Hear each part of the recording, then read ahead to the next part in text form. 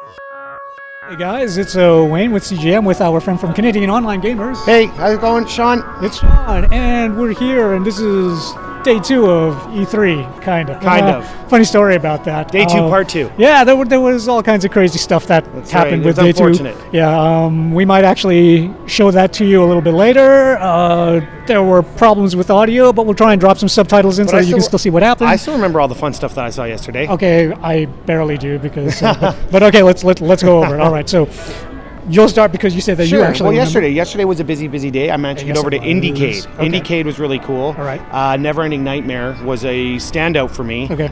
Basically, really unique art style, and the game is about this guy's personal struggle with OCD and depression. Oh, okay, I've heard of and this it's game. very well done, very creepy, and I mean, it's nice to see stuff like IndieCade really pushing the 2D, original ideas hand-drawn graphics. And imagination. Okay, that's where you're going to find imagination. You find a lot of imagination at IndieCade. Yeah, this is the one with the 2D hand-drawn graphics. It's all hand-drawn. Edward Gorey sort of style. Yes, okay, exactly. right, okay. Edward Gorey type stuff. Okay. So yeah, really cool. Okay. And then and Tales from the Borderlands. That was another one that really stood out for me today.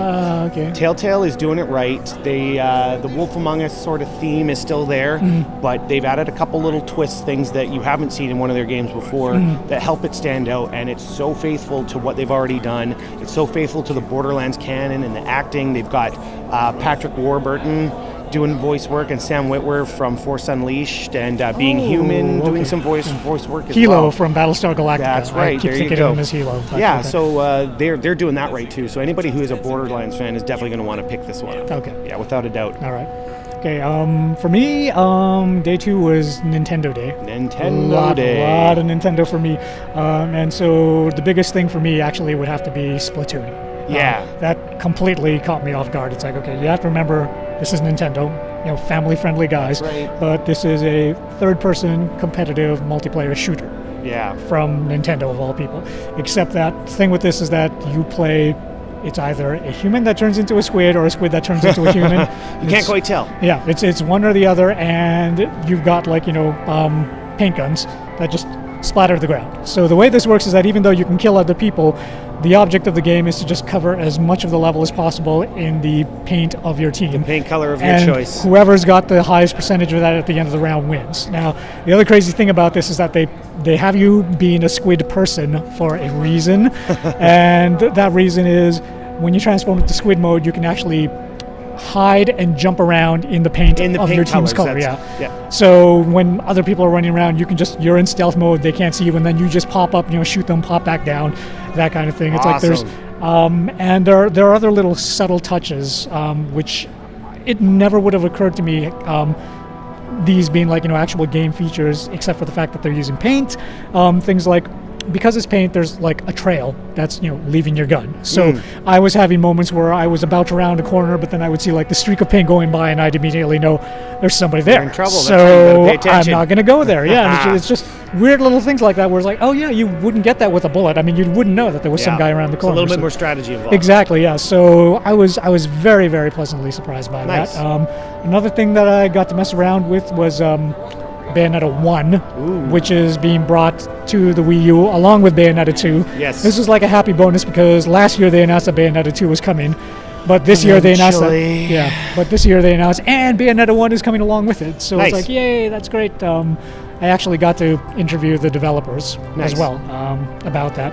I messed around with it. I'm lucky for the Wii U owners, but not so lucky for the PS3 owners. It's like this plays much better than the PS3 version. Wow. I don't know that could be something that the Wii U needs. Yeah, I don't know if you remember what happened, but when Bayonetta came out for the PS3 and 360, the PS3 version had a lot of problems compared to the 360. Because I didn't play it there. I played it on the 360. Okay, yeah. There were a lot of problems with the PS3 version. The Wii U version suffers from none of those.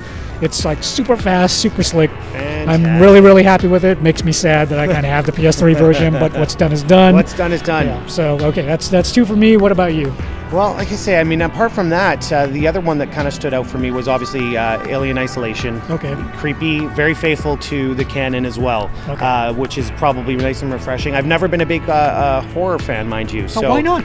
I just, I mean, I think it's because I'm a sissy. I'll be honest. I think it's because I'm a bit of a sissy pants, and I gotta admit that I was scared shitless. Okay, because I assumed when you said that you were going to say because horror games do nothing for me. No, I'm just a bit of a sissy, but because it's faithful to the canon, I did enjoy my time with the game, and anybody who is an Aliens fan in specific is going to enjoy it. Maybe Alien fan, as opposed to Aliens fan. True, because they tried to do that with Colonial Marines, and well, we don't need to talk about Colonial Marines. That was awful.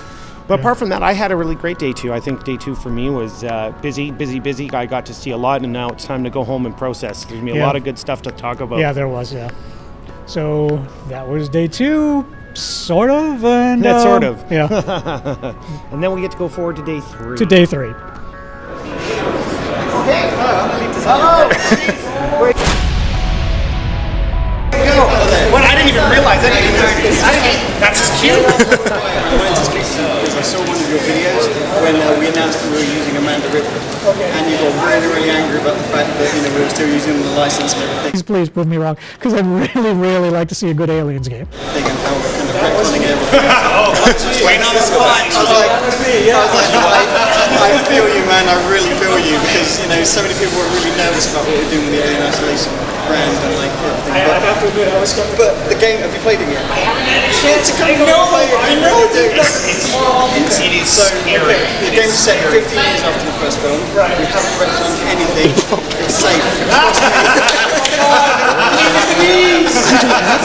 Please. Everybody that I talked to walking out of that business, especially people who are really into survival horror, it's like any show already. They're really, but they're super fans of that style. They are super excited. And I know that when I walked out of the theater, I was goosebumps. I mean, as a fan of, So I think it's going to be interesting. I'll text you. I'm super excited. Okay, cool. Well, I'm going to head back. Good work. Nice to meet you in person. Good luck. That's a great cue. Thank you. So there you have it. I just got served. That really couldn't have worked out any better. No.